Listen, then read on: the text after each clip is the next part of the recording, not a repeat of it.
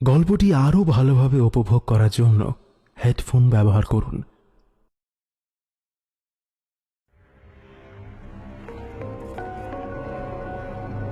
Welcome to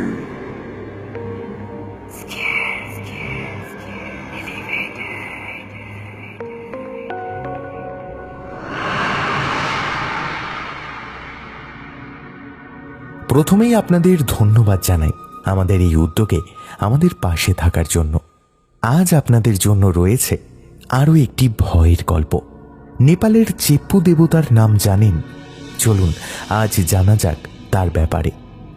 শুনতে থাকুন আমাদের আজকের গল্প, নীলের কলমে মায়া সর্প। অক্টোবর মাসের শেষ দিক, তাও ঠান্ডাটা বেশ জমিয়ে পড়েছে। দূরে তাকালে বোঝা যায় বরফের চূড়োগুলো এইদিকে তাকিয়ে বলছে শীত এবারে জাঁকিয়ে পড়বে। তবে দেবঘাটের বাসিন্দাদের কাছে শীতটা কোনো বিশাল ব্যাপার নয়। নেপালের রাজধানী কাঠমান্ডু থেকে এ জায়গাটা প্রায় 400 কিলোমিটার দূরে, তাই হয়তো শহুরে মেজাজটা এখানকার মানুষদের মধ্যে তেমন নেই। দেবঘাটের জলপ্রপাত ঘিরে যে বসতি গড়ে উঠেছে তাতে তারা স্বয়ং সম্পূর্ণ। বছরের এই সময়টায় অতটা টুরিস্টের আনাগোনা চোখে পড়ে না। মেয়েরা জলে নেমে স্নানটা সেরে নিচ্ছে, কারণ এরপরে শীঘ্রই পূজার সামগ্রীর ব্যবস্থা করতে হবে। ভোরের আলোটা বোধহয় এখন কিছুটা জোরালো হয়েছে। দূর থেকে স্কুলের ঘণ্টা পড়ল বোধহয়। ছাত্রছাত্রীরা ঘাড় দুলিয়ে দুলিয়ে পড়াশোনা করছে ক্লাসরুমে। 2-4 বছর আগে অবধি এই পাহাড়ি অঞ্চলে এত সুযোগ সুবিধা ছিল না, তবে ওখানকার লোকদের মতে ওদের সব পাওয়াই ঈশ্বরের দান। হিন্দু মন্দিরে ঘিরে থাকা ত্রিশূলী আর কালীগণ্ডিদের সঙ্গমে গড়ে ওঠা এই অঞ্চলটাতে সন্ধ্যের চাতে বা ধাপ চাষের মাঠে কোনো অনাকাঙ্ক্ষিত ব্যস্ততা নেই। এবার স্কুলের ঘণ্টা শোনা গেল বিকালের দিকে। ছোট ছোট নেপালি ছেলেমেয়েরা ছিটকে পড়া পরমাণুর মতো এদিকে ওদিকে নিজের বাড়ির দিকে ছুট দিয়েছে। একদল চলেছে ঝর্ণার দিকে, একদল মাঠে খেলতে, আর একদল চকলেটের দোকানটার দিকে লক্ষ্য করে এগিয়ে যাচ্ছে। স্কুলের মেইন গেটে দাঁড়ানো একটি শেরপা গার্ড দরজে আর চোখে একবার শেষ ছাত্রটির দিকে দেখল। ওকে দরজে ছোট থেকে দেখছে। সবার শুরুতে ক্লাসে এসে বসে থাকে আর সবার শেষে বেরোয়। তার চোখে কোনো উচ্ছ্বাস বা ঠোঁটে কোনো উজ্জ্বল্য দেখেনি কোনোদিন দরজে। ভাবে গিয়ে নাম জিজ্ঞাসা করে, কিন্তু বাচ্চাটা কারোর মুখের দিকে চাইলে মানুষ প্রায় বোবা হয়ে যায়। এটা দরজে শেরপা জানে। সে নিজেকে প্রশ্ন করে কেন, কিন্তু উত্তরটা তার মুখ দেখলেই খুঁজে পাওয়া যায়। দেখা যায় বাচ্চাটা স্কুলের চৌকাঠ পেরোতেই হঠাৎ একদল ছেলে এসে তার কাঁধ থেকে ব্যাগ নিয়ে টানাটানি করতে শুরু করলো। নেপালিতে চিৎকার করে উঠল, কুৎসিত তুই, তোর মুখটা অখাদ্য, আমাদের স্কুল থেকে বেরিয়ে যা, তোকে কেউ এখানে পছন্দ করে না। বাচ্চাটা মাথা নিচু করে শুধু দাঁড়িয়ে থাকে। দরজে সবটাই দেখে, কিন্তু চুপ করে থাকে। কারণ হয়তো তারও ভয় লাগে ওই মুখের দিকে চাইতে। আর 2-4টে বাচ্চাকে আটকালেই বা কি, যেখানে গোটা গ্রাম মনে করে বাচ্চাটার কুৎসিত মুখ কোনো শয়তানের প্রভুত্ববাদে আর কিছু নয়। দর্জি বোঝে না এটা কি অমানবিক নয়, কিন্তু চিরাচরিত সত্যকে মেনে চলা সমাজের একটা অন্যতম বৈশিষ্ট্য। বাচ্চাটা অন্যদিকে কাঁদে, ব্যাগ ফেলে পালিয়ে যায়, জঙ্গলের দিকে আরো ভেতরে ছুটে যায়। ব্যাগ থেকে তার একটা খাতা ছিটকে পড়ে যায়, তাতে নাম লেখা ছিল উর্গেন। দৌড়তে সেই খাতাটা আর ব্যাগটা তুলে নিজের কাছে রেখে দিল। অন্যদিকে উর্গেন ছোটে, চোখ বন্ধ করে ছোটে, কিন্তু জঙ্গলে যেন কোনো শেষ নেই। তারপরে একটা অন্ধকার গুহার কাছে এসে পৌঁছে যায় সে। উর্গেন এখানে মাঝে মাঝেই আসে। জঙ্গলের প্রান্তের দিকে মাটিতে একটা প্রাকৃতিক সিঁড়ির মতো নেমেছে। চট করে দেখলে কেউ বুঝবে না যে ওখানে গুহা আছে, তাই হয়তো এখানে কেউ আসে না। কিন্তু উর্গেন বনের ডাল, ফল, ফুল সব অক্ষরে অক্ষরে চেনে। উর্গেন গুহাতে ঢুকে গিয়ে চুপচাপ মাথা নামিয়ে বসে থাকে, আর হয়তো প্রশ্ন করে নিজেকে, আমাকে কেন এমন দেখতে? আমি কি পাপ করেছি? আমার মাও হয়তো ঠিকভাবে আমার মুখ চেয়ে দেখে না। বলে সে কাঁদে, খুব কাঁদে। কান্নার জল গড়িয়ে গুহার পাথর বেয়ে চুইয়ে চুইয়ে নিচের দিকে নেমে যায়, হয়তো পাতালের বুকে। গুহাটা অনেকটা গভীরে কোথাও চলে গিয়েছে, কিন্তু পুরোটাই অন্ধকার। তাই উর্গেন কোনো দিন গুহার তল খুঁজতে পা বাড়ায়নি। মাঝে মাঝে 2-4টে চামচিকের শব্দে মনটা সিঁড়িতে উঠতে পারে। সেদিন উর্গেনের কান্নার শব্দে গুহা থেকে অনেকগুলো চামচিকে উড়ে বেরিয়ে এলো। গুহার তলার পাথরগুলো যেন হঠাৎ কেঁপে উঠল ঠকঠক শব্দ করে। জায়গাটা কাঁপতে থাকে, ক্রমশ কম্পন বাড়ে। উর্গেন ভয় পেয়ে গুহা থেকে বেরিয়ে পড়ে, মনে করে হয়তো ভূমিকম্প। তারপরে একটা পাথর হঠাৎ তার পায়ের কাছে এসে পড়ে। উর্গেন ভয় পেয়ে দৌড় লাগায় ঘরের দিকে। গুহার মাথাটাতে একটা বিকট ছবি আঁকা দেখা দেয়, অনেক প্রাচীন, কিছুটা ক্ষয়িত। পাথরের ওপরে কারুকার্য করা, কিন্তু মোটেও কোনো ফুল বা হরিণ নয়। মুখটা দেখতে কিছুটা হিংস্র পশুর মতো, বা অনেকেই দেখলে বলবে কোনো কুশ্রী শয়তানের মতো। ক্রমে সেই পাথরটিও ভেঙে মাটিতে আছড়ে পড়ে। কিন্তু উর্গেন ততক্ষণে ঘরের কাছাকাছি। ঘরের বাইরে মাকে বসে থাকতে দেখে ঝট করে জড়িয়ে ধরে গিয়ে। মায়ের চিন্তিত মুখটা সে স্পষ্ট দেখেছিল। সন্ধে ঘনিয়ে এসেছে প্রায়। পাখিরা গাছে ঢুকে অলক্ষ্যে প্রচন্ড শোরগোল শুরু করেছে। উর্গেনের মা তার দিকে ছলছল চোখে তাকিয়ে বলল, কোথায় ছিলিস বলতো? চিন্তা হয় না বুঝি মায়ের? এমনি গ্রামের লোকেরা আমাদের ভালো চোখে দেখে না, তার ওপর।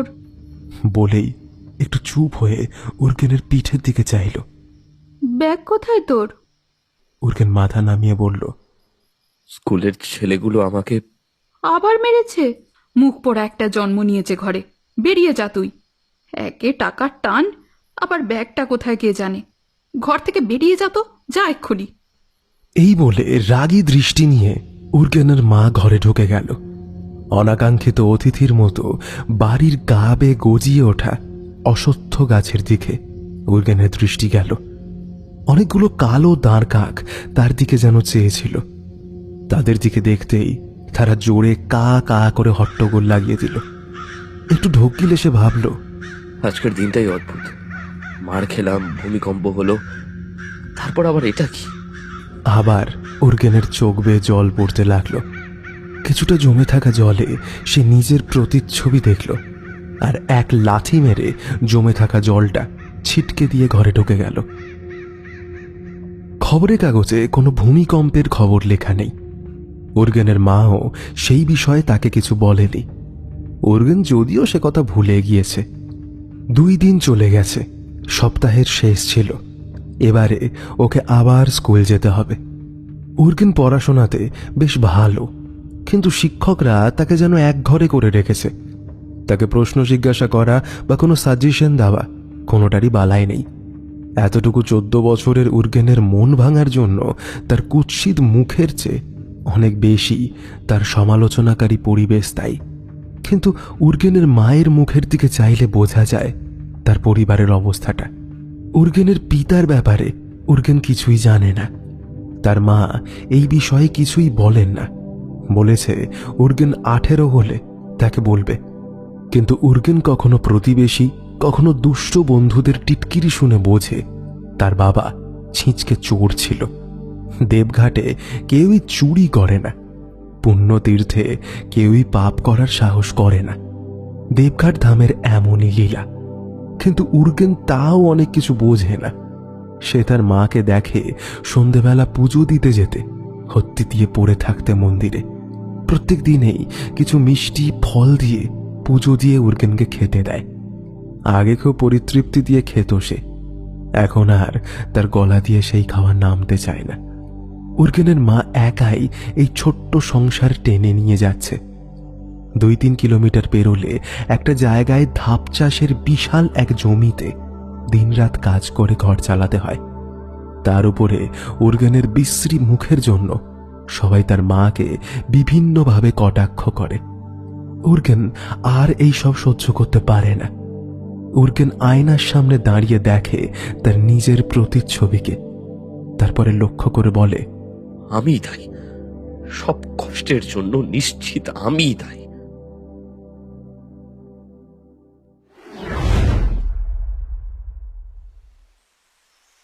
স্কুলের পর সেই দিন উর্গেন ছুটে ঝর্ণার কাছে গিয়ে বসলো সন্ধ্যের দিকে। উর্গেন স্কুলের পরে বেশিরভাগ দিন এখানেই আসে, না হলে ওই গুহাটাতে যেত। এই দুটো জায়গাতেই তেমন কোনো মানুষ আসে না। ভূমিকম্পের পরে গুহার দিকে পা বাড়াতে উর্গেনের আর সাহস হলো না। ভাবল ঝর্ণার কাছে ভাঙা গাছটাই একটু শরীর এলিয়ে বসবে। ঝর্ণার কাছে বক মাছরাঙা খেলা করে। উর্গেন পাথর দিয়ে ব্যাঙাচি খেলে, মাঝে মাঝে জলের দিকে বা ডোবা সূর্যের দিকে হাঁ করে চেয়ে থাকে। ওর কোনো বন্ধু নেই, দরজেই মাঝে মাঝে একটু কথা বলে। উর্গেন একটা ঢিপির উপরে হেলান দিয়ে ঠান্ডা হাওয়াটা উপভোগ করছিল। হঠাৎ এই সময় তার চোখ লেগে যায়। এমন আবহাওয়ায় উর্গেন গভীর ঘুমে আচ্ছন্ন হয়ে পড়ে। কিছু একটা শব্দে তার চোখ খোলে। জলের মধ্যে কোনো কোলাহল হচ্ছে। চোখটা আধখোলা অবস্থায় উর্গেন হঠাৎ দেখে ঝর্ণার কাছে ঘন বুদবুদ দেখা যাচ্ছে, যেন কি একটা নিঃশ্বাস ছাড়ছে। ভ্রু কুঁচকে উর্গেন দেখার চেষ্টা করল, আর তখনই কালো একটা বিশাল অবয়ব মাথা তুলল, কিন্তু অন্ধকারে ঠিক বোঝা যাচ্ছে না সেটা কি। আবার ডুব দিল, কিছুটা কাছে এসে আবার হঠাৎ মাথা তুলল। উর্গেন এবার একটু নড়ে চড়ে বসল, কিন্তু হঠাৎ সে লক্ষ্য করল কিছুতেই তার শরীরটাকে সে নড়াতে পারছে না। আশেপাশে কেউ নেই, অব্যক্ত আধার। সবুজ পাতাগুলো রাতে কালো দেখাচ্ছে। ঝর্ণার কলকল শব্দটা হঠাৎ যেন কমে আসছে। জন্তুটা উর্গেনের দিকেই যেন এগিয়ে আসছে, কিন্তু সে উঠে পালাতে পারছে না। তখন একটা গো গো করে কান্নার শব্দ চারপাশে যেন আলোড়িত হচ্ছে। উর্গেনের নিঃশ্বাসের গতি বাড়ছে, কিন্তু সেই জন্তু গো গো শব্দ করে চলেছে। চোখগুলো শূন্য, মুখটা অন্ধকার, মানুষের মতো কিছুটা কিছুটা যেন পশু, কিন্তু কিন্তু অন্ধকারে তার মুখটা অস্পষ্ট। তবে সে যেন কাঁদছে। পুরো জঙ্গলে সেই শব্দ। এখন মনে হচ্ছে পাহাড়ের বুক ফেটে কোনো আর্তনাদ ভেসে আসছে। কোনো পাখির শব্দ নেই, বাতাসে পাতা নড়ছে না। উর্গেন বিচলিত হয়ে ছটপটিয়ে পালাতে চাইছে, কিন্তু সে যে তার আঙুলটাও নাড়াতে পারছে না। ওটা এবার পাড়ের একেবারে কাছে চলে এসেছে। উর্গেন অবয়ব দেখে ভয়ে চোখ টিপে বন্ধ করে নিল। হঠাৎ তার চোখ খুলে গেল। উর্গেন দেখল ঝর্ণার ওখানে কিছু নেই। সূর্য সবে ডুবেছে, তাই তেমন অন্ধকার হয়নি। ভয়ে সে উঠে দাঁড়ালো। তাহলে কি এতক্ষণ যা দেখল সবটাই দুঃস্বপ্ন? উর্গেন ছুটে বাড়ির ভেতরে ঢুকে গেল। উর্গেনের মা তখন রাতের রান্না করছিল। উর্গেন শব্দ না করেই নিজের ঘরে ঢুকল, কিন্তু মা তো মাই হয়। উর্গেন, এসে গিয়েছিস? মা, তুমি কিভাবে বোঝো বলো তো আমি এসে গেছি? তোর নিঃশ্বাসের শব্দ অবধি শোনা যায় রে। ওর মা রান্নাঘর থেকে দ্রুত পায়ে বেরোতেই দেখল উর্গেন বিশ্রীভাবে ঘামছে। কি হয়েছে রে তোর? মুখটা কেমন থমথমে লাগছে। না, তেমন কিছু না। একটা খারাপ স্বপ্ন দেখলাম, ঝর্ণার ওদিকে ঘুমিয়ে গিয়েছিলাম তাই। আহ, কতবার বলেছি তোকে জঙ্গলের ধারে একা একা ঘুরে বেড়াবি না। কত কি ভূত প্রেত ঘোরে ওখানে। কিন্তু আগে তো। মানলাম আগে হয়নি, কিন্তু আজ তো হলো। আর ওদিকে বেশি যাবি না। আমি কাল ধামে তোর জন্য পুজো দেব। নে, ভয় পাস না, হাত পা ধুয়ে কিছু মুখে দে। উর্গেন মায়ের সান্ত্বনাতে সব ভুলে খাবার খেয়ে শুয়ে পড়ে। ওর হঠাৎ মনে পড়তে লাগলো স্কুলের সেই ছেলেটার কথা, যার কথায় সব বন্ধুরা ওকে মারধর করে, খিল্লি করে। কেন মনে পড়ল উর্গেন জানে না, কিন্তু আজ রাতে তার মুখটাই যেন তার চোখের ওপর ভাসছে। উর্গেনকে যারা ঘৃণা করে, উর্গেন তাদের ঘৃণা করে না, তাও তারা থামে না। উর্গেন নিজেকে রোজ আয়নায় দেখে, তার ছোট্ট মনটা ব্যথায় কোকিয়ে ওঠে।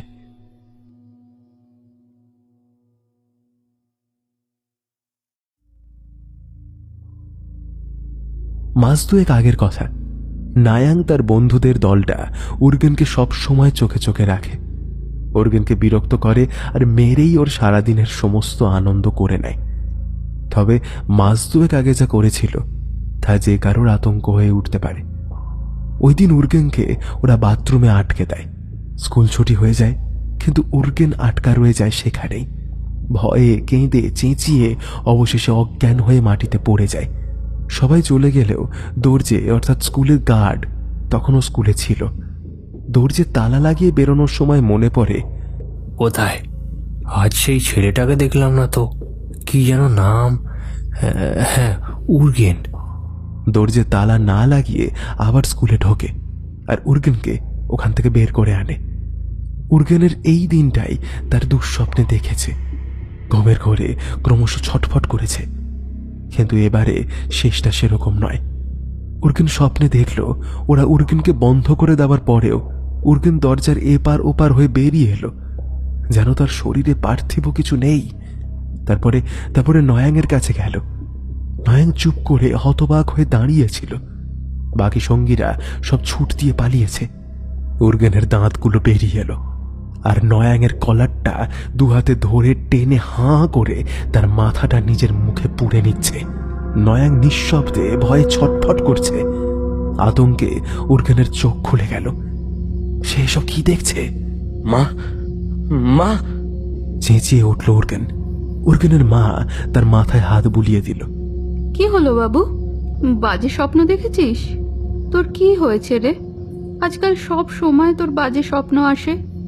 নয়াং আর বাকি ছেলেগুলো তোকে আবার... না মা, না না, নয়নকে কিছু করো না। ওকে না, ওকে না। আচ্ছা আচ্ছা, শান্ত হ।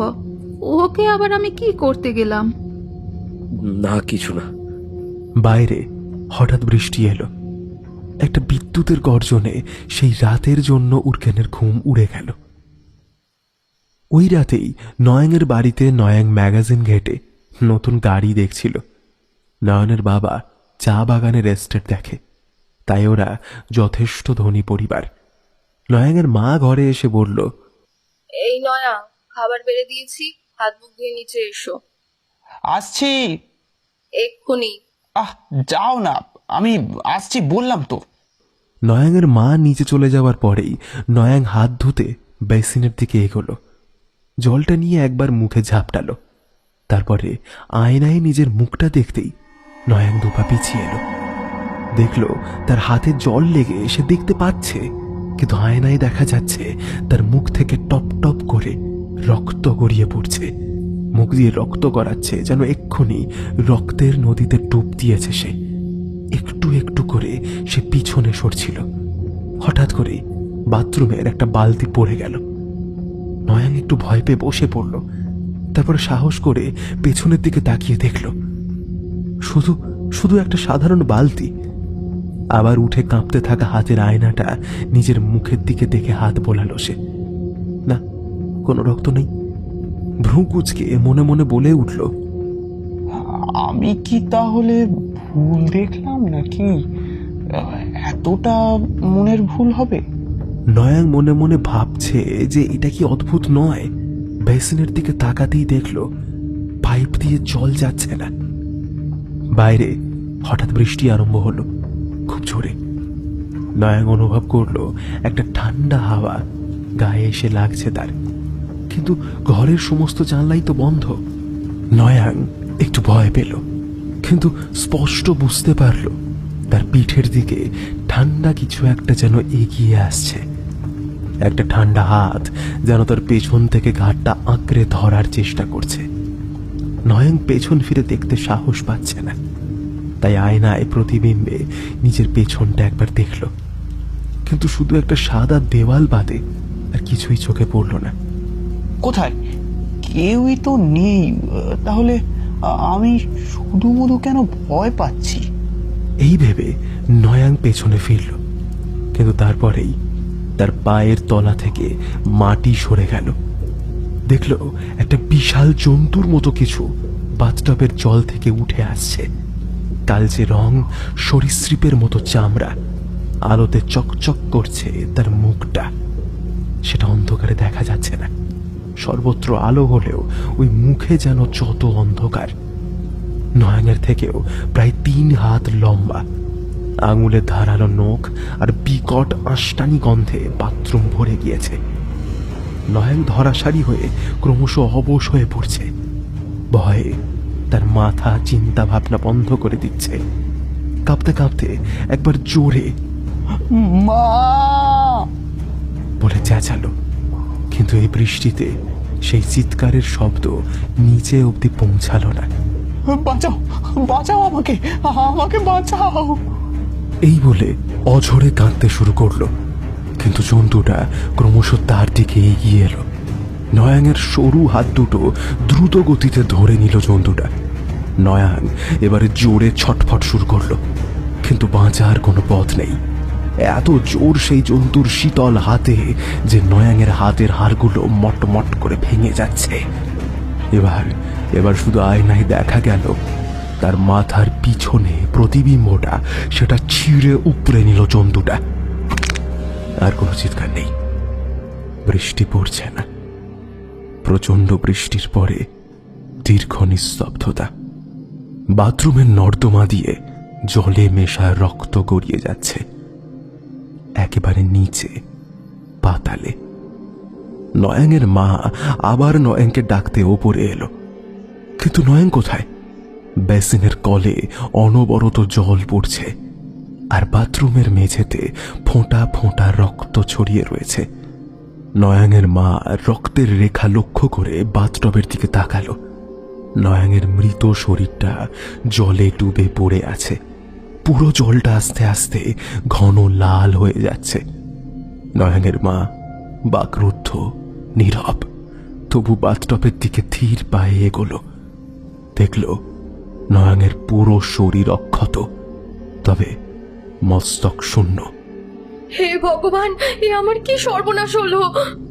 নয়নের মা এইটুকু বলেই অজ্ঞান হয়ে টপ করে মাটিতে পড়ে গেল।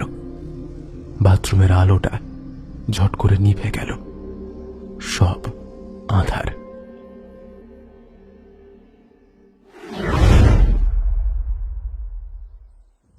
পরদিন সকালে নয়াংয়ের বাড়িতে বাইরে 2-3টে পুলিশের গাড়ি আর বাইক এসে দাঁড়িয়েছে। ইন্সপেক্টর সশরীরে এসে তল্লাশি করে পুরো বাড়িটা তন্ন তন্ন করে খুঁজে ফেলল, তবে খুনির শরীরের কোনো ছাপ বা ঘরের ভেতরে ঢোকার বেরোনোর কোনো প্রমাণই পাওয়া গেল না। ওদিকে জানা গেছে শুধু নয়াং নয়, তার যে বাকি 3 বন্ধু ছিল যারা উর্গেনকে পেছনে পড়ে থাকত, তারাও এই একই রাতে উধাও হয়ে গিয়েছে।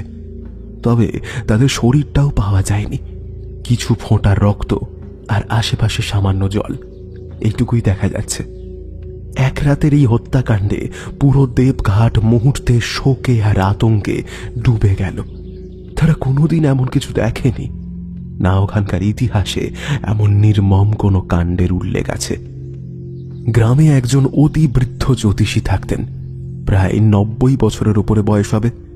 কোনো শুভ কাজ বা অঘটনে গ্রামের লোক তাকে ডাকে আর খুবই সম্মান করে। পুলিশ অফিসার যেটা লক্ষ্য করেনি, তিনি সেটা লক্ষ্য করলেন। আষ্টে গন্ধ, ঠিক যেমন কোনো সদ্য জল থেকে বের করা মাছের গায়ে পাওয়া যায়। এ কথা নয়াংয়ের পরিবারকে তিনি বেশ ভীত কণ্ঠে জানালেন। প্রশ্ন করতে তিনি বললেন, লক্ষণ শুভ দেখছি না, একটা যজ্ঞ করতে পারলে ভালো হয়। শুধু ক্ষতিগ্রস্ত নয়, গ্রামের সকল পরিবার যেন সাথে থাকে। আচ্ছা বুঝি, আপনি যা বলবেন তাই হবে। আমরা দেবঘাটের ধামে এই পুজো করার ব্যবস্থা করছি, আপনি নিশ্চিন্তে থাকুন।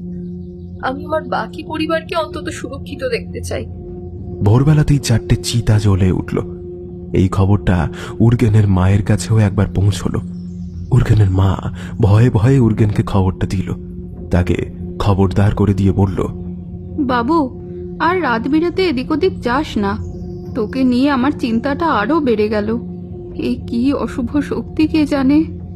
বলে ছেলেকে তুলে জড়িয়ে ধরল, আর তার চোখ থেকে জল বেরিয়ে এলো। আরো চেপে জড়িয়ে ধরল ছোট্ট উর্গেনকে। উর্গেনের কানে একটা ফিসফিসে শব্দ এলো, কেউ তাকে ডাকছে নাম ধরে। মন দিয়ে শুনতে চাইল উর্গেন। একটা গম্ভীর গলায় কে একটা ফিসফিস করে উর্গেনকে কানে কানে বলছে, আমি করেছি, বল আমি করেছি। উর্গেন মায়ের দিকে সরে গিয়ে এদিক ওদিক দেখতে লাগলো। আবার ভাঙা একটা শব্দ এলো, দোষীরা শাস্তি পেয়েছে, সবাই শাস্তি পাবে। উর্গেন এবারে ভয় পেয়ে গেল। আর আর কি একটা আর্দ্র বাতাস যেন তাকে জড়াতে লাগলো। উর্গেনের শরীরের ভেতর দিয়ে এবার একটা ঠান্ডা স্রোত বয়ে চলেছে, চোখে জল জমেছে। উর্গেন কেঁদে চেঁচিয়ে উঠল, আমি করেছি, সব আমি করেছি। উর্গেনের মা ছেলের এই সমস্ত কথাগুলো শুনে নির্বাক হয়ে গেল। তাকে চেঁচিয়ে বলল, চুপ কর উর্গেন, কেন এরকম করছিস? এসব কি বলছিস? উর্গেনকে যেন একটা অন্ধকার গিলে ফেলছিল, কিন্তু ক্রমশ উর্গেন যেন বুঝছিল যাই তাকে জড়িয়ে ধরে নিক সেটা তার খারাপ চাইছে না। উর্গেনের মা ছেলের ব্যবহারে আরো বিরক্ত হয়ে গেল। ওর গলায় এই বিচ্ছিরি চিৎকার শুনে উর্গেনের মা এক চড় মারল, আর উর্গেন অজ্ঞান হয়ে মাটিতে পড়ে গেল। উর্গেন, বাবুরে, উর্গেন, এই উর্গেন। জলের ছিটে দিতে উর্গেনের জ্ঞান হলো। উর্গেনের মা ডাক্তার ডেকে এনেছে। সে বললে, কি হয়েছে তোমার? এখন ভালো লাগছে? চোখের কোলটাতে একটু কালচে ভাব দেখছি। কাল রাত্রে ভালো করে ঘুমাওনি? উর্গেন উত্তর দিচ্ছে না, নিশ্চুপভাবে ডাক্তারের দিকে চেয়ে আছে। উর্গেনের চোখে একটা জলাভূমি, ঝর্ণা, গাছ, ঘোড়া, সৈন্য, কি সব অজানা জিনিস ভেসে উঠছে। উর্গেন ডাক্তারের চোখের মধ্যে দিয়ে সিনেমার মতো যেন কোনো অতীত দেখে চলেছে, কিন্তু সে আর কিছুই বুঝতে পারছে না। ডাক্তার বলল, আপনার ছেলেকে শুনেছি খারাপ দেখতে বলে স্কুলে। তাছাড়াও প্রতিবেশীরা অনেকেই হাসাহাসি করে। দেখুন, কথাটা খারাপভাবে নেবেন না। না না, খারাপ ভাবে নেব না। কি বলছেন আপনি, খুলে বলুন তো। আমি যেটা বলতে চাই, এর অনেক খারাপ প্রভাব পড়ে। পারলে ওকে একটু বোঝাবেন যেন এসব মনে না নেয়। মনে নিলে চিন্তা, আর চিন্তাতে মেন্টাল ব্রেকডাউন হতে পারে। আর শারীরিক কিছু? না, তেমন কিছু তো দেখছি না। তাও কিছু ওষুধ লিখে দিলাম, খাইয়ে দেবেন। উর্গেনের মা আশ্বাস পেয়ে ওকে বললেন, বাবু, আজ মাংস করেছি, খেয়ে ঘুমিয়ে পড়, আর তোকে কিচ্ছু ভাবতে হবে না। হঠাৎ উর্গেনের মা মাথায় এলো নয়ন আর তার বন্ধুরাই উর্গেনকে মারত, আর উর্গেন চেঁচাচ্ছিল তখন, না না না না না, এটা হতে পারে না। এইটুকু ছেলে, আর রাতে তো পাশেই শুয়েছিল।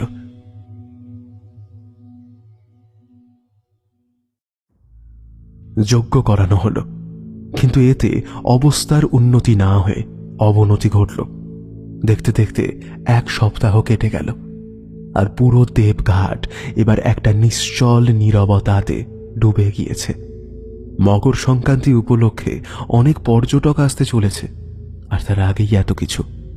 চায়ের দোকানে 2টো লোক খবরের কাগজ তুলে প্রথমে গুঞ্জন করে, তারপরে রীতিমতো হাতাহাতি করে বিতর্ক শুরু করেছে।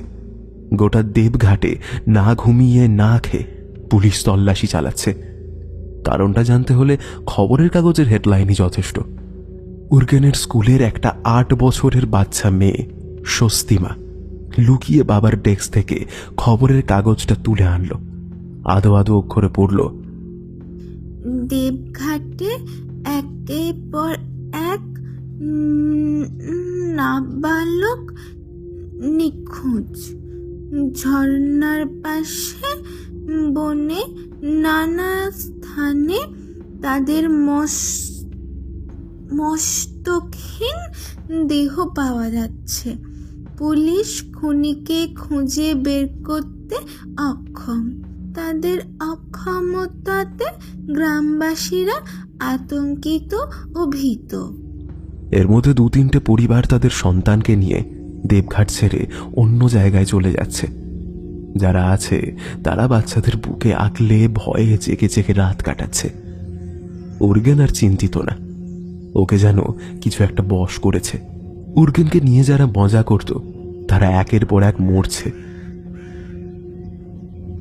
উর্গেন ঝর্নার কাছটায় বসে আঙুল দিয়ে জলটা একটু নাড়িয়ে দিল, আর এবারে জলের স্রোতে একটা কুশ্রী মুখ দেখা যাচ্ছে। আবার একবার নাড়ালো, এবারে আরো কুশ্রী একটা মুখ দেখা দিল, কিন্তু এই মুখটা উর্গেনের নয়। বিভৎস মুখ, আকারহীন, ধারালো দাঁতে রক্ত গড়াচ্ছে, ঝরে ঝরে পড়ছে। উর্গেনকে এই মুখটা রোজ রাতে এসে বলে, উর্গেন, আমি তোর সমস্যা, আর আমি তোর সমাধান। প্রত্যেক রাতে উর্গেন জানে কে মরবে। তার মুখটা ভেসে ওঠে রোজ রাতে তার স্বপ্নের মাঝে। উর্গেন আর এই বিভৎস মুখটাকে দেখে ভয় পায় না। উর্গেন মনে করে এটাই উর্গেনের রক্ষক, তার দেবতা। একটা যুগ পরে উর্গেন হাসে, আর পাগলের মতো হেসে ওঠে। অট্ট হাসিতে পাখিগুলো চুপ হয়ে যায়, ঝর্ণার শব্দ ক্ষীণ হয়ে আসে।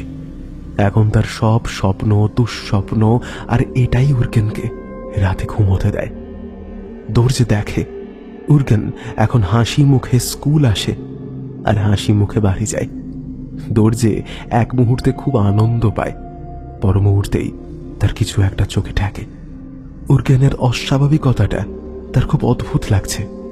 প্রথমে দরজে ওকে দেখে বেশ খুশি হতো, কিন্তু নয়াং আর তার সমস্ত বন্ধুদের মাস মার্ডারটা ওকে দিন রাত কুড়ে কুড়ে খাচ্ছিল। দরজে ঈশ্বরে পরম বিশ্বাসী। সে মানে যা কুকর্মই ঘটে যাক, ঈশ্বরের সুরাহা করবেনি। মৃত্যু এমনই।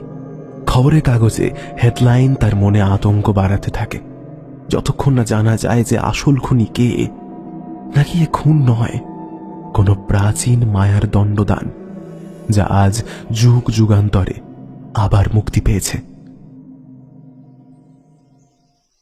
স্বস্তিমা ঠাকুমা খটখট শব্দ করে সুপারি কাটছিল। স্বস্তিমা ওর ঠাকুমার পাশে গিয়ে বসল। ঠাকমা, ও ঠাকমা, তুমি শুনেছ কত ছোট ছোট ছেলে মেয়ে উধাও হয়ে যাচ্ছে? তুমি তো ঘরে থাকো, তুমি কিভাবে শুনবে? স্বস্তিমার বয়স্কা ঠাকুমা একটু গলা খাঁকড়ে দিয়ে উত্তর দিল, কি মা, কি হয়েছে? ঠাকমা, কি একটা যেন গ্রামে ঘুরে বেড়াচ্ছে, সবার মাথা খায়, তার আবার গায়ে নাকি আসতে গন্ধ। আমিও পেয়েছি, যখন পাশের বাড়িতে সরেন দাদাকে টেনে নিয়ে গেল। তারপর তুই ছিলি নাকি যখন টানলো? না না, আমি তো সকালে ওদের বারান্দায় যেতেই নাক ছিটকে ফেললাম, কি আসতে গন্ধ। আহা, পাকা বুড়ি আমার। বলো না ঠাকমা, তুমি জানো কি মনস্টারটা? কি মনো স্টার? কি? আরে মানে দৈত্য গো, রাক্ষস। দেবঘাট দেবদের ধাম, এখানে কি রাক্ষস থাকতে পারে বলো মা? তাহলে ওটা কি? আষ্টে গন্ধ কার গা থেকে ছাড়ে মা? মাছ তো, তাহলে মাছ ডাঙায় এসে ওদের ধরে জলে নিয়ে যাচ্ছে? পুলিশ না বাপু, অত জানি নে, তবে একটা গল্প জানি, শুনবে? হ্যাঁ শোনাও শোনাও, কতদিন গল্প শুনি না। নেপাল তখনও কোনো বাসস্থানে পরিণত হয়নি।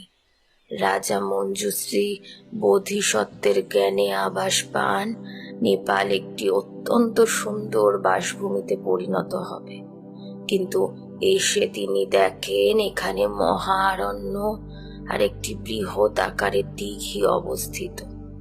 তিনি তখন বিবেচনা করে ঠিক করেন তার প্রকাণ্ড তলোয়ার দিয়ে তিনি এই দিঘির সব জল পাহাড়ের অন্য প্রান্তে বইয়ে দেবেন।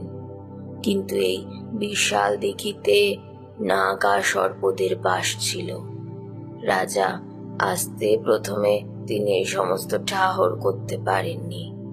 তারপর চেপ্পু নিজের আবির্ভাব ঘটায়। চেপ্পু এই নাগা সর্পদের প্রধান ছিল, কিন্তু তার মুখ কেউ দেখলে তার জীবন দুঃস্বপ্নের চেয়েও ভয়াবহ হয়ে উঠত। এমনকি শোনা যায় যে চেপ্পুর নিজের মাও তার মুখ দেখতে চাইতো না। চেপ্পু মঞ্জুশ্রীর সৎ উদ্দেশ্য শুনে ঠিক করে এই দিঘি ছেড়ে চলে যাবে, কিন্তু তার একটাই শর্ত ছিল, তার যাওয়ার সময় কেউ যেন তার মুখের দিকে না তাকায়। সেই অনুযায়ী যখন চেপ্পু তার বিশাল শরীর নিয়ে জল থেকে উঠে আসে, তখনই রাজা মঞ্জুশ্রী নিজের উৎসুক মনকে শান্ত করতে না পেরে একটা বিশাল ভুল করে ফেলে। কি ভুল ঠাকমা? কি এমন ভুল? রাজা চেপ্পুর মুখ দেখে লুকিয়ে তার হাতের খাতায় আঁকতে শুরু করে, কিন্তু চেপ্পু ঐশ্বরিক ক্ষমতায় তা বুঝতে পেরে যায় আর আবার জলের তলায় লুকিয়ে যায়। এমন সময় নেপালের মন্দির থেকে সব ঈশ্বর উধাও হয়ে যায়। উধাও? তাহলে এরপর রাজা কি করলো? এরপর রাজা মঞ্জুশ্রী নিজের ভুল বুঝতে পারেন আর ক্ষমা চাইতে উদ্যত হন। উনি বারবার করুণ কণ্ঠে ডাকার পর চেপ্পু আবার প্রত্যুত্তর দেয়। এইবারে রাজা আর একই ভুল করেননি। চেপ্পু লজ্জা আর দুঃখটা তিনি একটু হলেও বুঝতে পারেন আর তাকে আশ্বস্ত করেন যে এই ভুল আর দ্বিতীয়বার করা হবে না। কিন্তু চেপ্পু এক মায়াবী দেব ছিলেন। যখন চেপ্পু নিজের প্রকৃত স্বরূপে রাজাকে দর্শন দেয়, তখন রাজা পূর্বপ্রাপ্ত বৌদ্ধিক জ্ঞানে অনুভব করেন যে এই চেপ্পু কীর্তিমুখের অপর রূপ, যে কীর্তিরূপ মৃত জীবিত জগতের একমাত্র যোগসূত্র। তখন রাজা মঞ্জুশ্রী চেপ্পুর থেকে ক্ষমা প্রার্থনা করেন আর তৎক্ষণাৎ কথা দেন, নেপালের যে কোনো মন্দিরে প্রবেশের পূর্বে দ্বার রক্ষে চেপ্পুর মুখের ভাস্কর্য থাকবে, কারণ চেপ্পুই ভগবানের কাছে পৌঁছানোর একমাত্র পথ। আচ্ছা, বুঝলাম ঠাকমা, কিন্তু তারপর চেপ্পু কি চলে গেছে? স্বস্তিমার ঠাকুমা একটা ধারালো দৃষ্টি দিয়ে নাতনির দিকে তাকালো, বোঝার চেষ্টা করল তার কাছে এই কথার গুরুত্ব কতটা। তিনি কুঁজো হয়ে ঝুঁকে তার কানে ফিস ফিস করে বললেন, দেবঘাটের সবাই তাই জানে, কিন্তু অনেকে বলে আজও নেপালের ঝর্ণাগুলোর কাছে বা নদীর আশেপাশে চেপ্পু যাওয়া আসা করে। এটাই চেপ্পুর ঘর, এটা ছেড়ে ও যাবে না। অনেকে বলে ঝর্ণার কাছে একটা গুহাতে নাকি চেপ্পু লুকিয়ে আজও বসবাস করে, যদিও কেউ সেই গুহার সন্ধান পায়নি কোনোদিন। এবারে একটু থমকে গেল স্বস্তিমা। একটু ভয় পেয়ে একটা দীর্ঘ ঢোক গিলে স্বস্তিমা তার ঠাকুমাকে জিজ্ঞাসা করে, চেপ্পু কি আমাকেও গিলে নিতে পারে?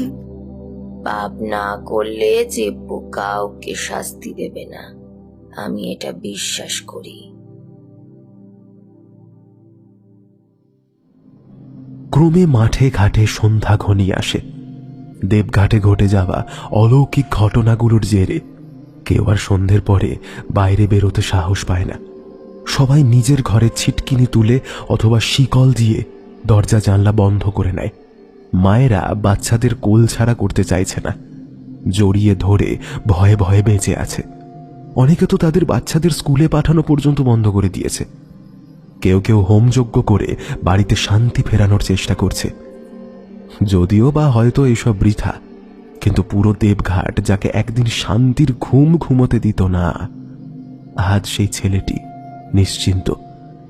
ওরগেন খালি মাটিতে একটা চাদর পেতে ঘুমোয়। আজ সে নীরবে অনন্ত স্বপ্নে ডুবে ঘুমোচ্ছে।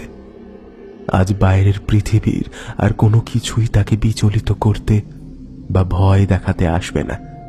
অন্যদিকে যদিও উর্গেনের মায়ের চোখে ঘুম নেই, উর্গেনের মা নিজের মনে মনে বলছে, ছেলেটার যে কি হয়েছে বুঝতে পারছি না। সারা দিন এদিক ওদিক ঘোরে, আপন মনে লুকিয়ে লুকিয়ে হাসে। কোনো সাধারণ হাসি নয়, একটা মুচকি হাসি, কিন্তু কিন্তু শিহরণ জাগিয়ে দেওয়ার মতো। রাতে হঠাৎ হঠাৎ ধীরে ধীরে সব কষ্ট শেষ হবে। আমি সার্থক, আমি মৃত্যু। এইসব চিৎকার করছে। কি করব? ডাক্তার তো নিষ্ফল প্রমাণিত হলো। ক্রমে উর্গেনের মা নিজের ছেলেকেই ভয় পায়। উর্গেনের মা চোখ খুলে শুয়ে থাকে আর উর্গেনের মাথায় হাত বোলায়। উর্গেনের মা সবসময় উর্গেনের গা থেকে তীব্র আষ্টে গন্ধ পাচ্ছে। তার ঘুম আসে না। উর্গেনের মা ভালোভাবেই জানে যে কটা মৃত্যু হয়েছে সবার আশেপাশে আষ্টে গন্ধ ছড়াচ্ছিল। উর্গেনের মা নির্বোধের মতো জানলার ফাঁকটা দিয়ে বাইরের দিকে এক দৃষ্টে তাকিয়ে থাকে, যদি কেউ ঢুকে আসে এই ভয়ে। শুধু ভালো পার্থক্য এটাই, উর্গেনের জীবনে এখন আর কোনো অযাচিত অপমান নেই, ঘৃণা নেই। এদিকে উর্গেনের স্বপ্নে সে যেন রোজ অতীতের এক একটা পাতা উল্টে দেখে। উর্গেন নেপালের জন্ম থেকে আজ অবধি কত কিছু দেখে, এ দেখার যেন কোনো শেষ নেই। চেপ্পু এখনো তার মুখ দেখায় না। সে স্বপ্নের আধারের সারি ধরে জায়গায় জায়গায় ঘোরাফেরা করে। উর্গেনের নিজেকে খুব ভারী লাগে, যেন কিছু একটা তার পিঠে চেপে আছে। কিন্তু তার সেই ভারটা বোঝা বলে মনে হয় না, আশীর্বাদ বলে মনে হয়। সে জানে তাকে কেউ ভর করেছে, কিন্তু তাতে সে ভীত নয়। রাতের নিরেট কালো ক্রমশ গাঢ়ত্ব বাড়াচ্ছে। দরজে নিশ্চিন্তে একটা কাঁথা জড়িয়ে ঘুমিয়ে আছে।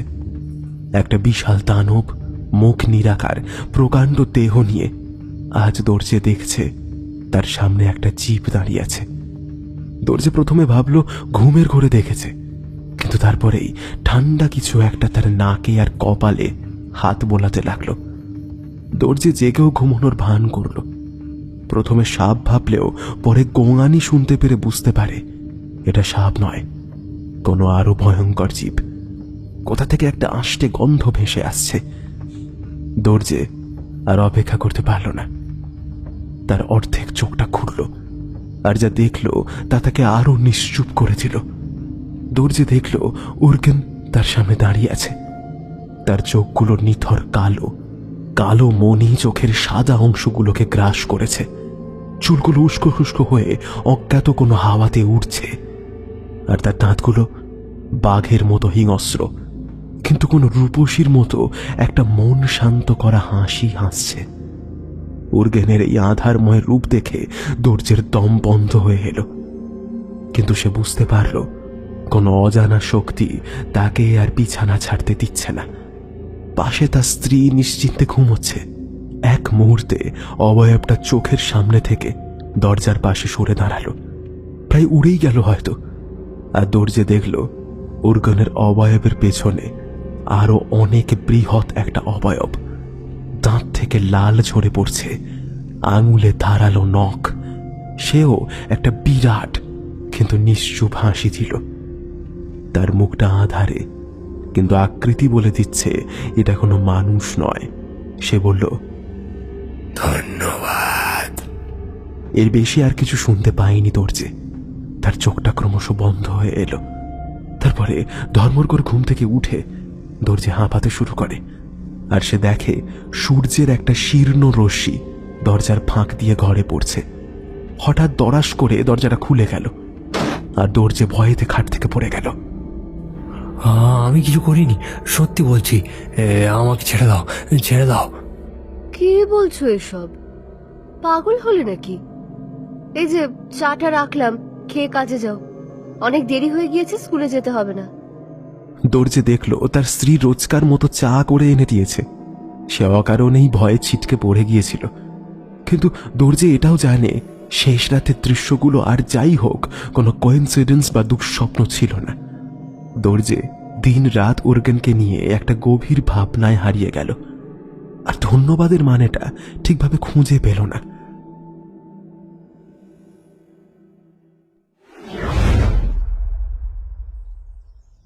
গ্রামের সব লোকেরা সকাল সকাল মন্দিরে জড়ো হয়েছে।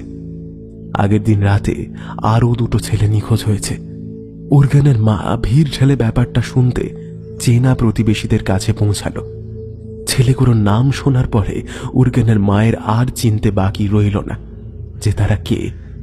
2 বছর আগে এই দুটো বড় ছেলের বাবা অর্থাৎ মুখার্জি আর সরেন সেট ওদের ঘর হাতিয়ে নেওয়ার চেষ্টা করেছিল, কিন্তু উর্গেনের মা নিজের সমস্ত জমা পুঁজি দিয়ে কোর্টে কেস লড়ে তারপর ওদের থেকে রেহাই পেতে হয়েছিল।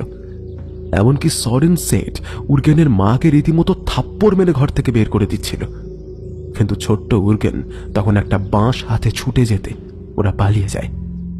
মানুষের জীবনে এমন কিছু যন্ত্রণাদায়ক অতীত থাকে যা চাইলেও ভোলা যায় না। উর্গেনের মা জানে হাজার চেষ্টা করেও কেউ উর্গেনকে প্রতিষ্ঠিত হতে দেবে না দেবঘাটে। উর্গেনের মা প্রথমটায় আঁতকে উঠলেও পরের দিকে মনে মনে ভাবে, যার শাস্তি পাওয়ার সে ঠিক পেয়েছে। পাশ থেকে একজন বয়স্কা বলে ওঠেন, এ বলো তো, কোন কালো শক্তি ছোট ছোট বাচ্চাগুলোর প্রাণ কেড়ে নিচ্ছে? তখন উর্গেনের মায়ের হিত ফেরে আর ভাবে এই শাস্তি দিলে কে দিতে পারে। মনে মনে নিজেকে প্রশ্ন করে, উর্গেন ও এসব করেছে? কিন্তু ও তো সারাদিন চোখের আশেপাশেই থাকে, রাতে ঘরেই ঘুমোয়, আর ওইটুকু ছেলের পক্ষে তো এসব সম্ভব নয়। তাহলে কে? আর যদি উর্গেনই অশুভ হয়? উর্গেনের মায়ের শরীরটা শিউরে ওঠে, মাথা ভন ভন করে। না না, এটা অসম্ভব। কেন এসব বাজে চিন্তা করছি? ছোট্ট উর্গেনকে সামলে রাখতে হবে। ওর সাথেও যে কি হয়েছে তা তো এখনো বোধগম্য হচ্ছে না। ভয়েতে কাউকে বলাও তো যাচ্ছে না। শেষে আমার ছেলেকেই শয়তান নাম দিয়ে পিটিয়ে মারবে। এই সময় বৃদ্ধ জ্যোতিষীর পা পড়ে মন্দিরের চৌকাঠে। সবাই ভিড় করে তার দিকে এগিয়ে আসতে তিনি ব্যথিত কণ্ঠে বলেন, যা হচ্ছে তা কাম্য নয়। কেউ নিশ্চয়ই কোনো অশুভ শক্তিকে জাগিয়ে তুলেছে, যা সাধারণ মানুষের থেকে অনেক গুণ ক্ষমতা সম্পন্ন। কারণ এই মৃত্যুর লীলা খেলা কোনো মানুষের কল্পনাতীত। আমাদের ভগবানকে আমরা যতই ডাকি তিনি আজ নিশ্চুপ।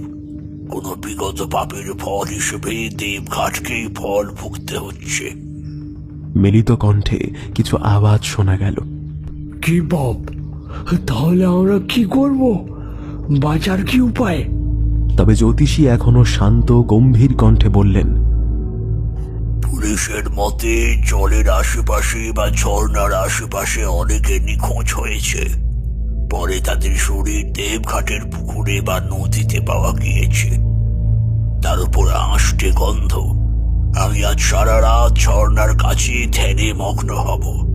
আজ আমি রাক্ষস যজ্ঞ করব, ওই জলজ দানবকে আহ্বান করব।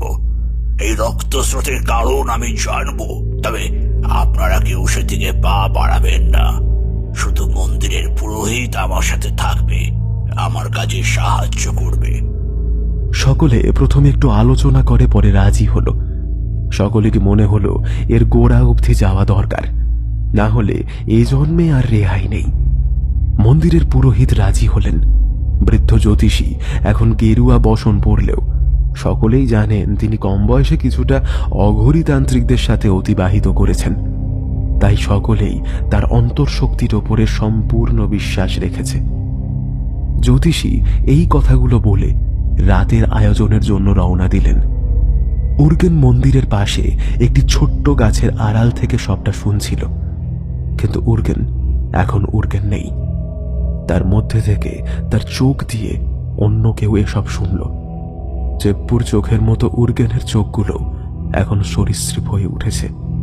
কালচে সবুজ দুটো চোখ উর্গেনকে কানে সে ফিসফিস করে বলছে, কেউ আমাদের আটকাতে পারবে না।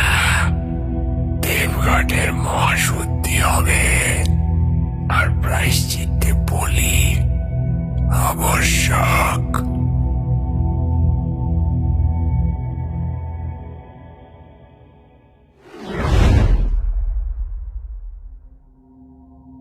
ঠিক 14 বছর আগে বৃদ্ধ এই জ্যোতিষী দেবঘাটে এসেছিলেন। তিনি তখন তন্ত্রবিদ্যার সাথে সরাসরিভাবে যুক্ত। তিনি মনে করেছিলেন এই পুণ্যভূমির শ্মশান স্থলগুলো তার যজ্ঞের জন্য পরিপূরক। তিনি কিছু বছর ধরে একটি মহাযজ্ঞের আয়োজন করছিলেন। তিনি জানতেন দেবঘাটের জলে এমন কিছু প্রাচীন শক্তি বাস করে যাকে বন্দী করলে তিনি নিজের কার্যসিদ্ধি করতে পারবেন।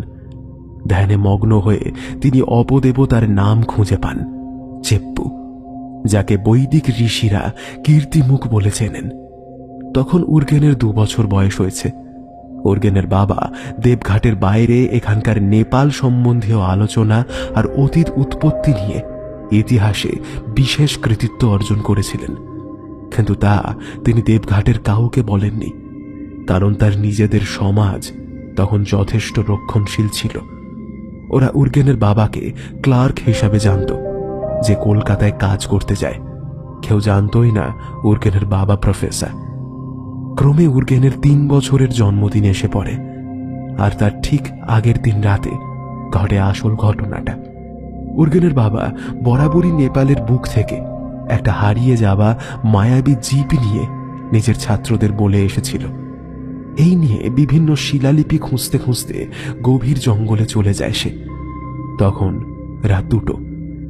উর্গেনকে ঘুম পাড়িয়ে ওর মা স্বামীর চিন্তায় একা একা আকাশের দিকে তাকাচ্ছিল। এদিকে বৃদ্ধ জ্যোতিষী সেদিন শুরু করেছিল দানব দহন মহাতন্ত্র। তিনি তার শক্তি বলে চেপ্পুকে বশ করে নেন। তার একটি সোনার বড় পাত্রে তাকে মায়া বলে বন্দী করেন। তিনি চেয়েছিলেন এই চেপ্পুকে অধিকার করে তিনি দেবঘাটে নিজের শক্তির আধিপত্য কায়েম করতে পারবেন। উর্গেনের বাবা এই সবটাই গভীর জঙ্গলে গাছের আড়াল থেকে দেখছিল। উর্গেনের বাবা চেপ্পুর রূপ দেখে প্রথমে ভীষণ থতমত খেয়ে যান। তারপরে জ্যোতিষী তার পাশে বসে থাকা সঙ্গী বৎসলকে যে কথাগুলো বলল তা শুনে উর্গেনের বাবা বাকরুদ্ধ হয়ে পড়েছিল। বৎসল, আমাদের এত বছরের চেষ্টা আজ আর্থিকভাবে সফল। এবার এই পাত্র জলাশয়ের নিকটে না খুললে চেপ্পু এখানেই বন্দি থাকবে আর সব আজ্ঞা পালন করবে। এবার মহাপ্রলয় আসবে, এই গ্রামের কেউ রেহাই পাবে না। এটা চেপ্পু হরণকারী তান্ত্রিকের কথা, তার কথা বিফলে যাবে না। দেবঘাটে তার রাজত্ব নিশ্চিত। মহারাজ আপনাকে সাথে সাথে রাখবেন, আমি আপনার চরণে পড়ে থাকব।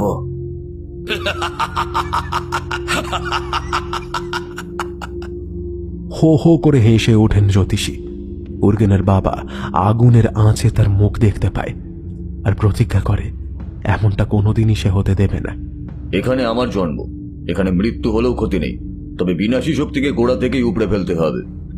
এই বলে উর্গেনের বাবা জোরে ছুট দিয়ে সেই সোনার পাত্র তুলে নেয় আর জ্যোতিষীর বুকে সজোরে পদাঘাত করে। অন্যজন অর্থাৎ বৎসল তার মুখ ঢাকা ছিল, তার থেকে রক্ষা পেতে হয়নি, সে নিজেই পালিয়ে যায়। এদিকে জ্যোতিষী আবার উঠে উর্গেনের বাবার পেছনে ছুট দেয়। জ্যোতিষী চিৎকার করতে শুরু করে, চোর চোর, আমার সোনার পাত্র নিয়ে পালাচ্ছে, ওই ছুটলো, ধরো ওকে। প্রথমে স্বাভাবিক কণ্ঠে আর পরে ধরতে না পেরে জ্যোতিষী গলা ফাটিয়ে চিৎকার করে, ধরো ও রবি, ও দৌড়ছে, ধরো ওকে। সারা গ্রামে হইচই পড়ে যায়, কিন্তু উর্গেনের বাবা ক্রমশ দেবঘাটে ঝর্ণার দিকে এগোতে থাকে। লোকেরা চোর শুনে হাতে আগুন নিয়ে তেড়ে আসে, আর ওদের আগেই জ্যোতিষী উর্গেনের বাবার নাগাল পেয়ে যায়। দে আমার মায়াবী পাত্র ফেরত দে। এই প্রাণ থাকতে নয়। হাঁপাতে হাঁপাতে উর্গেনের বাবা বলে ওঠে। তারপরে জ্যোতিষী অঘটন ঘটিয়ে ফেলে, তার কোমর থেকে ছোড়া বের করে তার উর্গেনের বাবার পেটে ঠকিয়ে দেয়, আর উর্গেনের বাবা হাত ছাড়িয়ে ঝর্ণার জলে ঝাঁপ দেয়, আর তার সাথে পাত্রটাও জলে চলে যায়। চেপ্পু মুক্তি পায়। আমার চেপ্পু, কি করলি ওরে মূর্খ! হতাশায় জ্যোতিষী চিৎকার করে ওঠে। ততক্ষণে গ্রামের সব লোক চলে এসেছে, কিন্তু শরীর তো ভেসে গিয়েছে। শুধু জ্যোতিষীর হাতে যেটা পড়েছিল সেটা উর্গেনের বাবার হাতখড়ি। সবাই আরো উৎসুক হয়ে পড়ে, কিন্তু ঈশ্বরতুল্য জ্যোতিষীর উপরে কেউ কথা বলতে পারে না। জ্যোতিষী তাদের একটি সুন্দর মন ভোলানো গল্প শোনালো। আমার যজ্ঞ শেষ হওয়ার পর একটু চোখ লেগে গিয়েছিল। তখন ওই উর্গেনের বাবা আমার দামি সোনার পাত্রটা, যা আমার তন্ত্রবিদ্যার আতুর, সেটা নিয়ে পালায়। ওই সামনেই ওর হাতটা চেপে ধরতে গিয়ে ও পা পিছলে জলে পড়ে যায়। শুধু এখন ওর ঘড়িটা আছে। কেন মানুষ চোর হয়, তার প্রবৃত্তি কি, তাই সংসারে আজও বুঝলাম না ঈশ্বর। গ্রামের লোক সেটাই সত্যি মানে, কারণ সকলেই জানতো উর্গেনের বাবা কিছু একটা কাজ করত যাতে ওদের ভালো অর্থ আসে, কিন্তু কি করে কেউ জানতো না।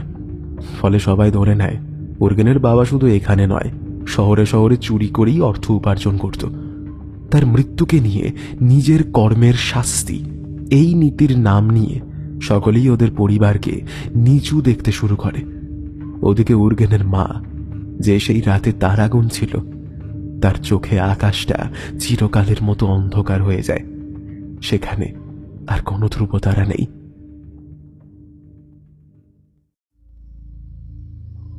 তখন গভীর রাত, প্রায় 3টে বাজে। বৃদ্ধ জ্যোতিষী আর পুরোহিত একসাথে ঝর্ণার কাছে পৌঁছেছে। জ্যোতিষী তার মহাযজ্ঞ শুরু করেছে। পাশে বসে থাকা পুরোহিতকে বলে, বুঝতে পেরেছ বৎসল, কে সব করছে? এই মুহূর্তে জলের তলা থেকে চেপ্পু সবটাই শুনছিল। তার আর জানতে বাকি রইল না যে সেই বৎসল আর কেউ নয়, এই গ্রামের প্রধান পুরোহিত। বৎসল জ্যোতিষীকে উত্তর দিল, না মহারাজ, বলুন কে? আবার 11 বছর আগে যে মায়াকে সোনার পাত্রে বন্দি করেছিলাম, সে আজ ফিরে এসেছে। এবার আবার তাকে বন্দি করব। মানে চিপ্পু? ওকে আবার বন্দি করবেন? এ তো ভারী প্রাণঘাতী কাজ। এখন সে আগের চেয়েও বেশি শক্তিশালী। প্রাণ নাশ হলেও হোক, এ আমার স্বপ্ন, যা একদিন দুঃস্বপ্নে পরিণত হয়েছিল। যথা আজ্ঞা, আমাকে রক্ষা করবেন। যা মন্ত্র দিচ্ছি আওড়াতে থাকো। দুজনে মন্ত্র জাপ করে চেপ্পুর আহ্বান করল। এবারে জ্যোতিষী আগের চেয়েও বেশি নিপুণভাবে রীতি পালন করছে। জলের মধ্যে হঠাৎ কোলাহল শুরু হলো। 2-4টে মরা মাছ ভেসে উঠল। তারপরেই তীব্র আষ্টে একটা গন্ধে চারপাশ ভরে গেল। পুরোহিত মাঝে মাঝে আর চোখে দেখছিল। ও দেখল সব গাছগুলো কেমন শুকিয়ে যাচ্ছে। জলটা তুলনামূলক বেশি অন্ধকার হয়ে উঠেছে। আর তারপরেই একটা কর্ণ বিদীর্ণ করে দেওয়া চিৎকার শোনা গেল। দেখা গেল চেপ্পু জল থেকে বেরিয়ে এসেছে, কিন্তু তার সব মায়া বিফল। নদীর ওপারে তখন অন্য দৃশ্য চলছে। 4টে মহিলা উদ্দাম তালে নৃত্য করছে।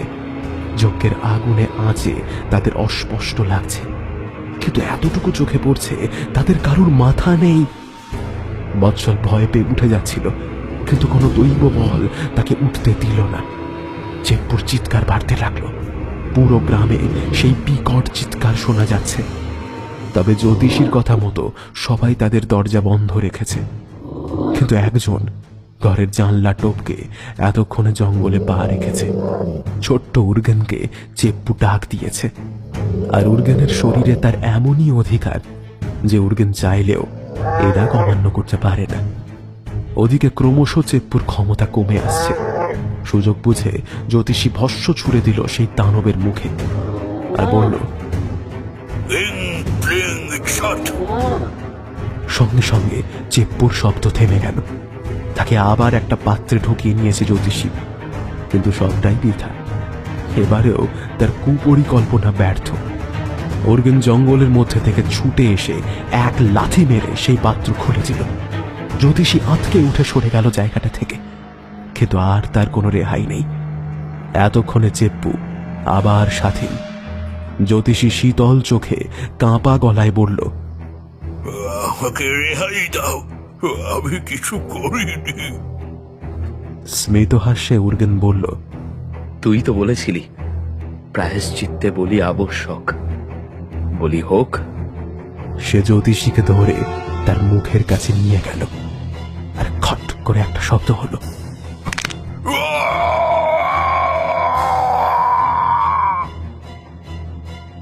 মস্তকহীন জ্যোতিষীর শরীর বৎসল পুরোহিতের পায়ের সামনে এসে পড়েছে। চেপ্পু চুপ করে তার দিকে তাকিয়ে রইল, কিন্তু উর্গেনের চোখগুলো নীল হয়ে জ্বলে উঠল। একটা অতি প্রাকৃতিক গম্ভীর গলায় সে বলল, তোর মুক্তির উপায় হলো সত্যের উদ্ঘাটন। এতক্ষণে গ্রামের সবাই জ্যোতিষীর মৃত্যুর চিৎকার শুনতে পেয়েছে। তারা এই আসন্ন বিপদে আর থেমে থাকেনি। লাঠি, মশাল, তলোয়ার যা আছে তাই নিয়ে জঙ্গলে উপস্থিত হয়েছে। এসে তারা সবাই থমকে দাঁড়িয়ে গেল। তাদের শরীরের চেয়েও 4 গুণ বড় একটা অন্ধকার দাঁড়িয়ে আছে। আলো দিলেও তার উপরে আলো পড়ে না। সবাই দেখল তার সামনে উর্গেন দাঁড়িয়ে। একটা লোক ভিড় থেকে বলে উঠল, তাহলে তুই শয়তান ডেকেছিস? তোকে দেখেই মনে হতো তুই পিশাচ। এবারে অনেকে বলে উঠল, হ্যাঁ, না হলে জ্যোতিষীর কথা অমান্য করে এখানে আসার কারণ কি? মেরে ফেলো একে, এক্ষুনি মেরে ফেলো। এই শয়তান আমাদের জ্যোতিষীকে মেরেছে। সবাই তার দিকে এগোতেই হঠাৎ বৎসল ছুটে এলো। না না, ক্ষমা করেন, ও আমাকে রক্ষা করেছে। এই জ্যোতিষী যত নষ্টের গোড়া। আমিও পাপ করেছি। উর্গেনের বাবা কোনোদিনই চোর ছিল না। আমি সব জানি। আমি আপনাদের বলবো। এই বলে জ্যোতিষীর সমস্ত কুকীর্তির কথা, কালো সত্যি কথা বৎসল সবার সামনে উজাড় করে দেয়। সবাই তখন মুখ চাওয়াচাওয়ি করতে থাকে। নানা গুজব শোনা যায়। হঠাৎ উর্গেনের মা নিরুদ্দেশের কোনো ঘুড়ির মতো হঠাৎ সবার সামনে দিয়ে ছুটে এসে উর্গেনকে কোলে তুলে নেয়। আপনারা দূরে যান, দূরে যান। আপনারা কেউ আমার ছেলেকে হাত লাগাবেন না। আপনারা বাইরের সৌন্দর্য দেখে যেমন মানুষের বিচার করেন, এই পিশাচ তেমনি ভেতরের কুশ্রী রূপ দেখে মানুষের পরিণতি নিশ্চিত করেছে। পাপ করলে শাস্তি হবেই। সবাই কথাটা শুনে মাথা নামিয়ে নেয়। তারপরে একজন বৃদ্ধা বেরিয়ে এসে বলে, ভুল আমাদের সবার। পশ্চাতাপের একখানা সুযোগ দাও। উর্গেনের ভেতরটা দেখে ওকে ভালোবাসলে আজ এতগুলো সত্যি শুনে মাথা হেঁট হতো না। আমাদের সকলের দোষ এটা। আমরা সবাই ক্ষমা প্রার্থী। চেপ্পু পেছনে চুপ করে দাঁড়িয়ে সব দেখছিল। তার মনটা এতদিনে শান্তি পেল। তার মনে পড়ে গেল মহান হৃদয়ের রাজা মঞ্জুশ্রীর কথা। সব গ্রামবাসীরাই এগিয়ে এসে উর্গেনের কাছে ক্ষমা চাইল। তারা সবাই উর্গেনের বাবার স্মরণে একটি মূর্তি স্থাপন করবে ঠিক করল। আবার সেই বৃদ্ধা এসে বলল, প্রায়শ্চিত্তের উপায় কি উর্গেন? উর্গেন এতক্ষণে চোখের পলক না ফেলে সব দেখছিল। এবার তার ঠোঁট নড়ল। চেপ্পু কোনো দানব নয়, সর্পদেবতা। রাজা তাই সব মন্দিরে ওনার স্থাপত্য বানিয়ে দ্বার রক্ষী হিসেবে রেখেছেন। উনিও আমাদের পূজ্য। এই কথা শুনে সবাই হাঁটু গেড়ে বসে পড়ল। এবার সবাই চিনতে পারল যে সেই ইতিহাসের পাতায় যা হারিয়েছে তার কিছু এখনো বেঁচে আছে। তাদের ভক্তি দেখে চেপ্পু কথা দিল, আর এমন কিচ্ছু হবে না। সে এখান থেকে চলে যাবে। সমব্যথীর কষ্টে সে শুধু সাহায্য করতে চেয়েছিল। পাপীরা শাস্তি পেয়েছে, এবার সে বিদায় নেবে। সকলকে আশীর্বাদ করে চেপ্পু জলের অতলে ডুবে গেল। কেউ তার মুখ দেখতে পেল না। কিন্তু উর্গেনের জীবনটা সে বদলে দিয়ে চলে গেল। প্রায় 3 সপ্তাহ পরে দেবঘাট ধাম আবার নিজের সাবলীল রূপে ফিরেছে। উর্গেনের স্কুলে আর কেউ তাকে বিরক্ত করে না। স্কুল ছুটির পরে সে ঝর্ণার পাশটায় গুহার ওখানে বসে, কিন্তু আর সেই প্রাচীন গুহার সুড়ঙ্গটা খুঁজে পায় না। কেউ হয়তো গুহার মুখে পাথর দিয়ে বুঝিয়ে দিয়েছে। উর্গেন কষ্ট পায়, ভাবে তার সঙ্গী চেপ্পু আর নেই। চেপ্পু না থাকলে, তাকে অতীতের দৃশ্য না দেখালে সে আজও বাবাকে চোর ভাবত। তাই সেখান থেকে একবার চিৎকার করে ঝর্ণার বুকে। চেপ্পু! কেউ সাড়া দেয় না। উর্গেন মন খারাপ করে চলে যায়। তার ডাক শুনে পেছনে ঝর্ণার প্রান্তের দিকে একটা কালচে সবুজ মাথা ভেসে ওঠে। মুখটা অন্ধকার, চারপাশে আষ্টানি গন্ধ। তিনি আবির্ভূত। দেবঘাটে সবাই যাকে চেপ্পু দেবতা বলে।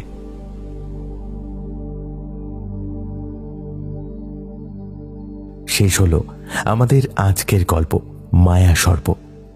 গল্প পাঠে ছিল আসঞ্জন। বিভিন্ন চরিত্রে মৌমিতা, দেবস্মিতা, বুবাই, মৃত্তিকা, সুমন, সৌরভ রায়, সায়নদীপ, সৌরভ সাহা এবং বিপুল। পর্ব পরিচালনা ও আবহ সৃষ্টিতে বিপুল। নাট্যরূপ মৃত্তিকা। Poster design Creatomania. গল্পের সূত্রধার আমি অভিজিৎ। ফিরে আসবো আরও একটি অভিনব গল্প নিয়ে, তাই কান রাখুন স্কেয়ার এলিভেটর ইউটিউব চ্যানেলে। ধন্যবাদ। শুভরাত্রি।